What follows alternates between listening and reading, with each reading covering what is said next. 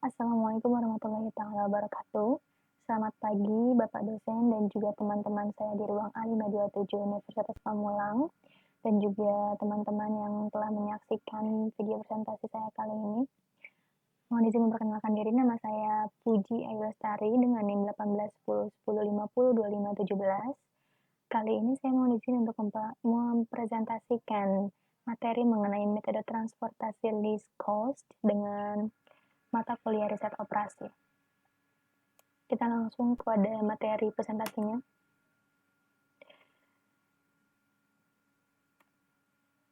Apa itu metode transportasi? Nah, dari katanya saja sudah metode dan transportasi. Metode itu kan berarti suatu cara. Transportasi itu merupakan sesuatu yang bersifat perpindahan dari suatu tempat ke tempat yang lain, gitu kan. Nah, metode transportasi merupakan suatu metode yang digunakan untuk mengatur distribusi dari sumber-sumber yang menyediakan produk yang sama ke tempat-tempat yang membutuhkan secara optimal dengan biaya yang termurah. Tujuannya apa? Untuk meminimalkan biaya transportasi. Nah, tempat-tempat yang membutuhkan ini yang seperti apa?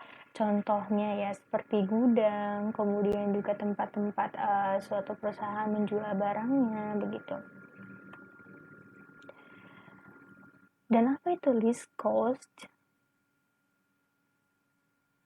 Metode least cost melakukan alokasi secara sistematik pada kotak-kotak berdasarkan biaya transport yang minimum. Nah, di sini ada langkah-langkah metode least cost. Yang pertama itu membuat tabel transportasi. Yang kedua itu mengidentifikasi sel dengan biaya yang paling rendah. Maaf, ini ketutup. Kemudian yang ketiga, mengalokasikan unit dan coret kolom atau baris yang tidak akan ditambahkan lagi. Yang keempat, meneruskan pengalokasian pada sel dengan biaya yang paling rendah dari sisa. Dan yang kelima adalah ulangi langkah kedua dan ketiga sampai semua unit habis dialokasikan. Nah, sini ada contoh soalnya. Diketahui ada supply dan ada demand, di mana ada yang menyuplai, ada yang meminta atau permintaan. Nah, yang dapat penyuplai ini adalah ada 3 pabrik. Misalnya dalam satu perusahaan memiliki pabrik produksi itu 3 pabrik, 3 tempat. Kemudian ada juga memiliki 3 tempat gudang gitu. Yang pertama ini di penyuplai di pabrik 1 dia mampu menyuplai sebanyak 90, kemudian pabrik 2 60, pabrik 3 50. Nah, permintaan di gudang A yaitu sebesar 50, di gudang B sebesar 110, dan di gudang C sebesar 40. Biayanya dari pabrik 1 ke gudang A itu sebesar 20. Dari pabrik 1 ke gudang B itu sebesar 5. Dari pabrik 1 ke gudang C itu sebesar 8. Kemudian dari pabrik 2 ke gudang A itu biayanya 15. Dari pabrik 2 ke gudang B biayanya ada 20. Dari pabrik 2 ke gudang C biayanya adalah 10.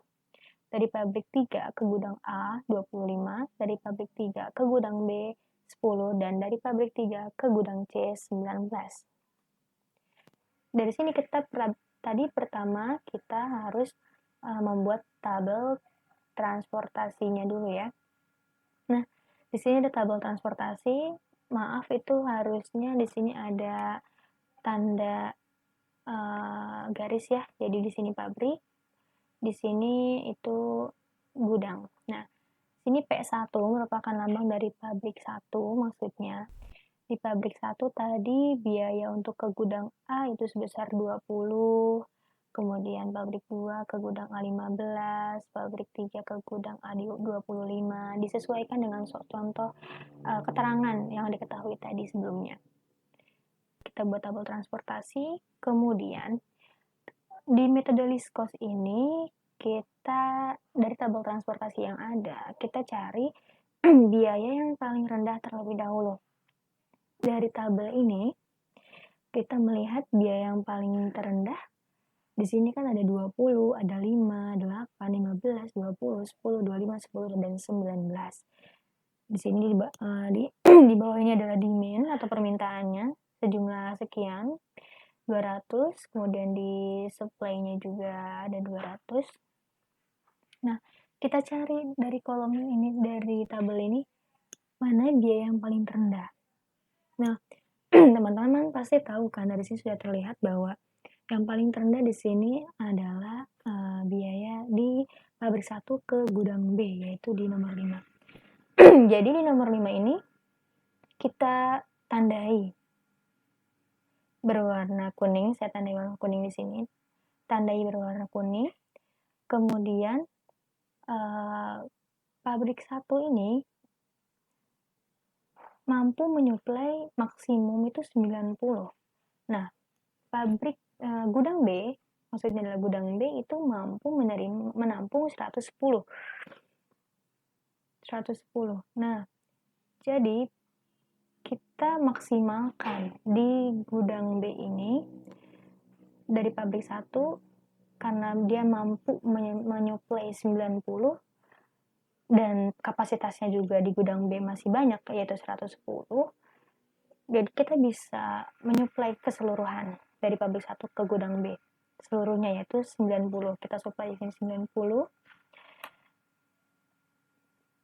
Nah, karena dari pabrik 1 ini sudah habis ya, barang yang akan disuplainya ini, jadi di pabrik ini tidak akan bisa menyuplai lagi ke gudang A dan ke gudang C karena sudah habis yang disuplai.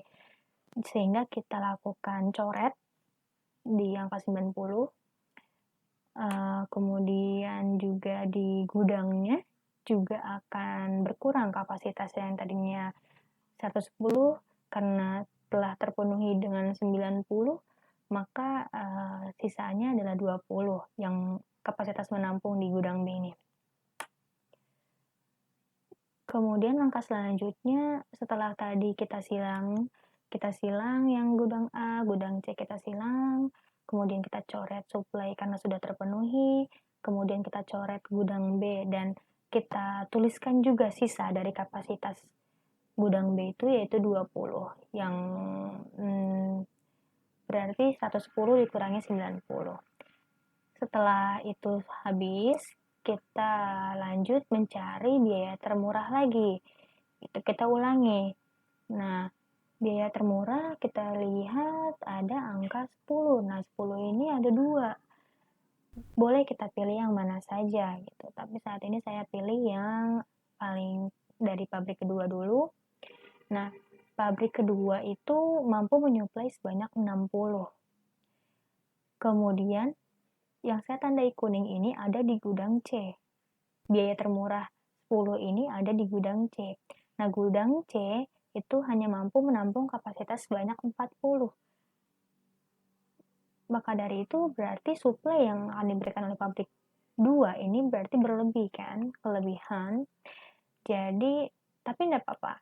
Kita suplai semaksimal mungkin sesuai dengan kapasitas di gudang C. Karena kapasitasnya hanya 40, maka kita suplai keseluruhannya sebanyak 40 di gudang C. Gitu. Nah, 60 ini kita suplai 40, berarti di pabrik 2 masih tersisa sebanyak 20. Kita coret 60-nya, kita tuliskan 20-nya, dan yang 40 di gudang C ini kita coret karena sudah habis, kapasitasnya sudah terpenuhi di gudang C, sehingga pabrik 3 tidak bisa lagi menyuplai ke gudang C karena sudah terpenuhi oleh suplai yang dari pabrik 2. Kemudian kita cari lagi yang paling terendah, diulangi lagi, biaya termurahnya itu angka 10 lagi. Nah, angka 10 ada di pabrik 3 untuk ke gudang B. Nah, di sini karena tadi di gudang B hanya mampu menampung 20 lagi dan pabrik 3 ini mampu menyuplai sebanyak 50, maka kita maksimalkan pengirimannya sesuai dengan kapasitas gudang B yaitu 20. Kita suplai 20